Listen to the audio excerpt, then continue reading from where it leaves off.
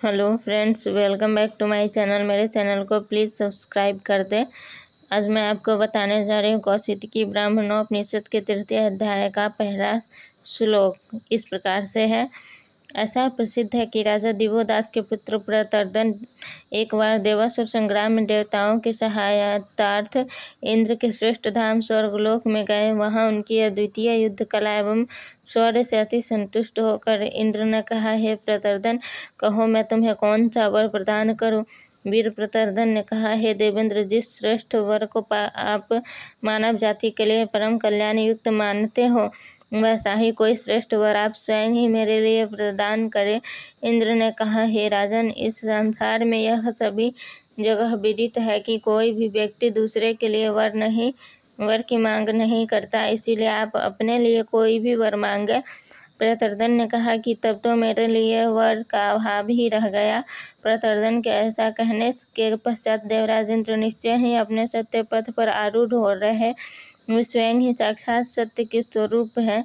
उन प्रख्यात देवराज इंद्र ने कहा, हे प्रतर्दन, तुम मुझे ही यानी मेरे ही यथार्थ स्वरूप को जानो।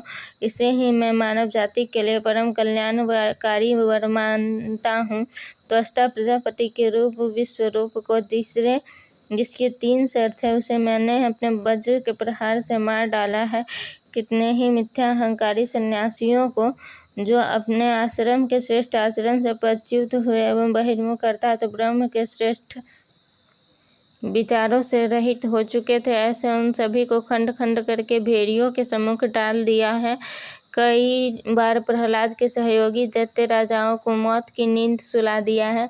पुलोम नामक असुर के सहयोगी दैत्यों एवं पृथ्वी पर निवास करने वाले कालखांज नाम से युक्त अधिकांश असुरों को भी विनष्ट कर दिया, किंतु इतने पर भी अहंकार एवं कर्म फल की कामना से रहित होने के कारण मुझ प्रसिद्ध देवेंद्र के एक रोम को भी नुकसान नहीं पहुंचा। इसी तरह जो मुझे ठीक प्रकार से जान ले, उसके लिए पुण्य लोक को किसी भी कर्म से हानि नहीं होती।